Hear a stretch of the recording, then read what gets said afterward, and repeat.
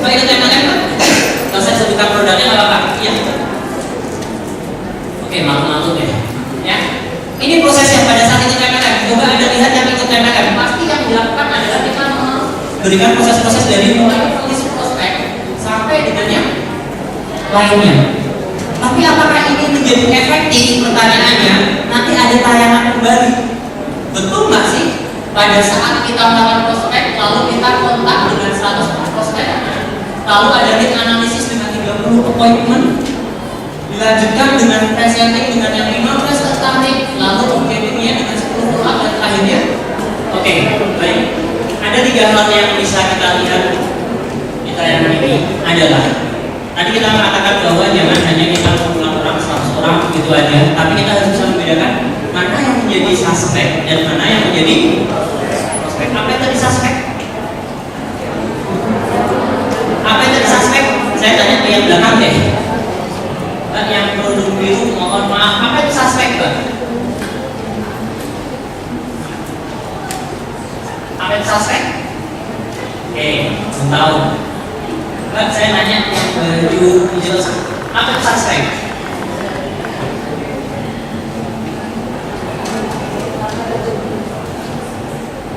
Oke, Mas.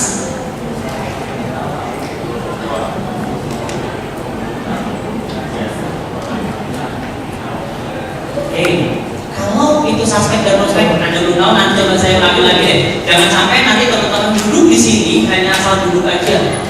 Jadi pegel semua, matanya panas gara-gara cuma duduk 2 jam tapi nggak dapat apa-apa, kan sayang ya. Udah keluarin cukup banyak waktu, banyak biaya dan lain sebagainya. Semoga ini ada manfaat. Yang lain saya terus coba bertanya satu dengan yang lainnya.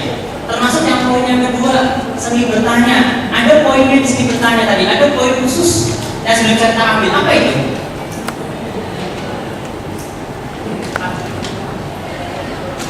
Selalu bertanya, bukan?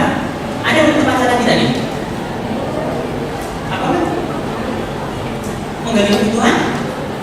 Ada lagi tadi. Sebenarnya ada kata-kata yang sangat menarik di kata-kata seni bertanya. Ada? Oke, nanti kita ulang ya, karena kelihatan belum fokus untuk melihat tayangan tadi. Yang terakhir, saya juga ingin menyampaikan, kelihatannya kalau saya diri tadi kata terakhir udah pada tahu lah kata-kata seperti apa. Tapi nanti saya ingin coba bertanya lagi, semoga 2 hal ini yang di atas yang belum teman-teman tadi pahami, kita bisa paham setelah saya menonton slide.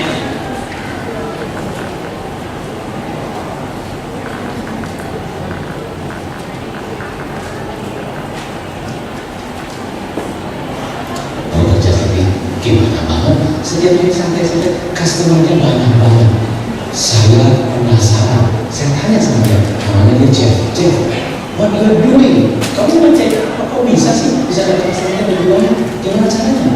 Nah, ternyata saya belajar dari Jeff. Inilah yang saya pelajari. Mudah-mudahan bisa membantu Anda. Ada 3 hal yang saya pelajari. Mengenai sales. 1, bedakan suspek dengan prospek.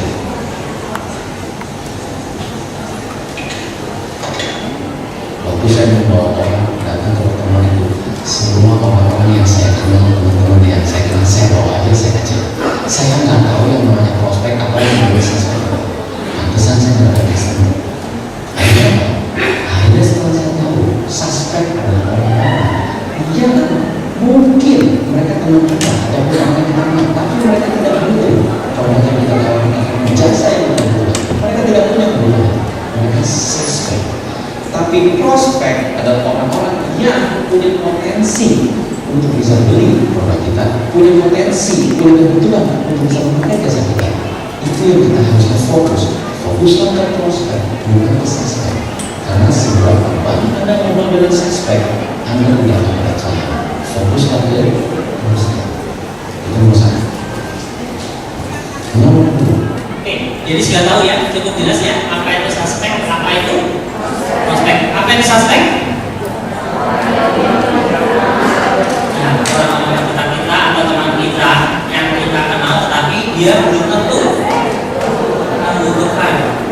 Ya, berbeda dengan yang prospek. Kalau prospek adalah orangnya. Untuk sekarang kalau teman-teman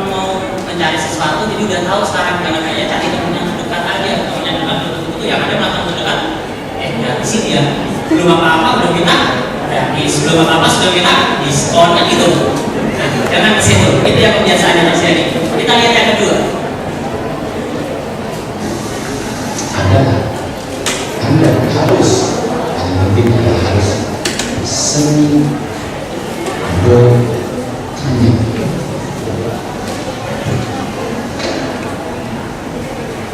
Saran saya adalah saya juga mengalami kok kayaknya susah jual, kok orangnya susah, kayaknya diskonnya kurang gede, kayaknya orang nggak kenal, orang nggak tahu kuliahnya pada sebagainya. Ternyata fokusnya bukan banyak kita bicara, fokusnya adalah banyak doa. Karena apa yang saya lakukan adalah saya dulu pikir yang penting kita mau aja kalau kita bagus ini nomor satu, ini keren, ini dari ini made in China, ini made in US, ini whatever. Itu namanya produk perusahaan. Dan customer akan bilang, nanti saya pikir-pikir dulu, saya tanya ini, tanya itu, baru saya bilang. Dan nanti bisa mengambil kalau ini produk perusahaan. Tips yang sudah saya katakan, dan ini bukan saya tidak akan bisa produk saya atau jasa saya sebelum saya tahu orang yang punya.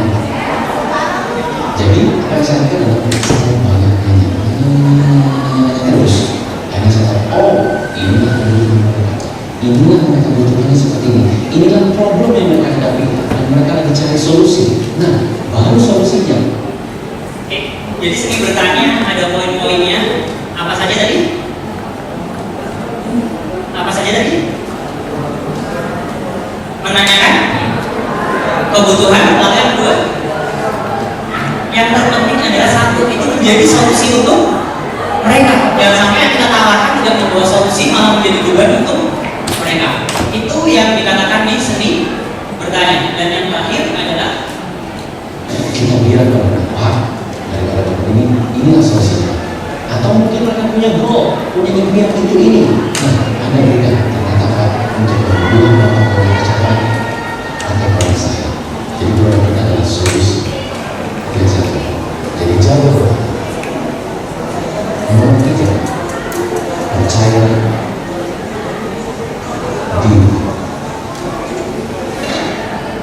Nomor 5, ini yang saya sebagai seorang sales kita harus percaya diri. Saya dulu orang saya percaya diri. Kita harus pesan takut banget. Ini orangnya tidak takut ini takut ini. Apa yang kita takutin? Takut ditolak, takut dimarahin, takut dicuekin, takut pokoknya semua takut deh. Ketemu customer dan kita nggak pede. Apa yang terjadi begitu kita nggak pede? Itu seluruh body language kita jadi habis. Jadi kayaknya nggak punya energi dan kita takut dan kita merasa kayaknya kita nggak mampu. Dan apa yang terjadi begitu kita ngobrol? Tidak ada value, tidak ada mereka bisa merasakan satu entusiasme yang tinggi. Mereka kenapa harus beli produk saya? Dan ini yang saya lakukan adalah bagaimana saya melakukan percaya diri. Saya lakukan self evaluation, lakukan apa? Pembacaan diri. Saya bilang begini, I like myself, I like myself, I like myself, I like myself.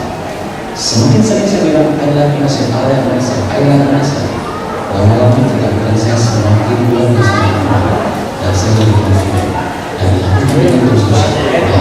Dan saya ingat pada itu mobil saya juga lakukan practice and practice and practice. Ketemu lagi, banyak itu yang kita hindari. Kita nggak mau melakukan prospecting karena kita takut ditolak, karena kita takut dicemooh, karena kita takut dan sebagainya. Jadi itu kita hindari. Padahal sebenarnya itu adalah hal yang bisa meningkatkan skill Anda menjual, meningkatkan kepercayaan diri Anda. Nah, inilah 3 faktor yang saya lakukan untuk bagaimana seorang sales bisa meningkatkan income yang mereka lebih tinggi dan juga jumlah pesanan mereka dengan simple kita. Oke, itu sedikit tambahan informasinya. Jadi dengan 3 hal itu bisa membuat kita menjadi lebih baik pastinya. Nah, untuk masalah percaya diri itu kembali lagi kepada masing-masing pribadi teman-teman semua. Tapi hal yang paling mudah adalah sebelum teman-teman mencoba menjual ke orang lain, coba berdiskusi dengan diri teman-teman sendiri. Contoh paling mudah adalah, saya yakin teman-teman di rumah pasti punya cermin, betul? Kalau teman-teman masih grogi, teman-teman masih takut, jangan sampai nanti pada saat teman-teman maju malah menjadi tidak bisa ngomong sama sekali. Caranya mudah. berdiri di depan cermin, ajak ngomong diri kita sendiri. Kalau teman-teman lihat yang pada saat mau kita latihan senam atau latihan vokal, itu kan pasti di sekitarnya ada cermin. Itu maksudnya untuk melihat apa? Diri kita. Sudah betulkah diri kita pada saat kita mengucapkan vokalnya? Sudah betulkah kita dalam sikapnya atau tindakannya? Nah, ini yang dapat dilakukan salah satunya. Selain dalam sugesti diri kita adalah kita katakan bahwa saya bisa, dan saya bisa. Itu sebenarnya kembali lagi kepada sekali lagi belajar sugesti. Nah, ini yang kita bisa sampaikan kepada teman-teman untuk di proses. Oke, baik. Sampai dengan di sini ada yang mau ditanyakan? Silakan.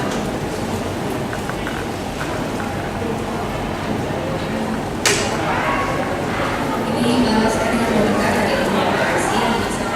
Saya punya pengalaman. Beberapa waktu lalu saya ke salah satu mall di dekat sini dan mendatangi gerai HP. Saya beli HP. Saya tanyakan apakah ada warna gold karena saya mau warna gold. Dia bilang silver itu lebih bagus daripada gold. Sepanjang dari A sampai Z dia selalu membangga-banggakan silver. Tapi pada akhirnya saya baru tahu kalau gold itu ternyata tidak ada. Negatif saya adalah kalau memang nggak ada gold, nggak perlu kasih kelebihan silver sampai dari A sampai Z. Untuk kasih tahu di awal dia nggak ada gold, lalu dia bilang warna silver juga nggak kalah. Sebenarnya bisa seperti itu. Itu cara pertama yang saya tidak suka. Lalu kedua, dia bilang bagusnya screen protector dengan harga mahal.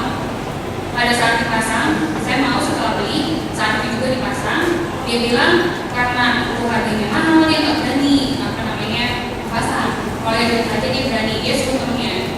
Lama saya menunggu di handle 2 orang. Ternyata setelah jadi screen protectornya, waktu saya lihat ada bubble di HP tersebut.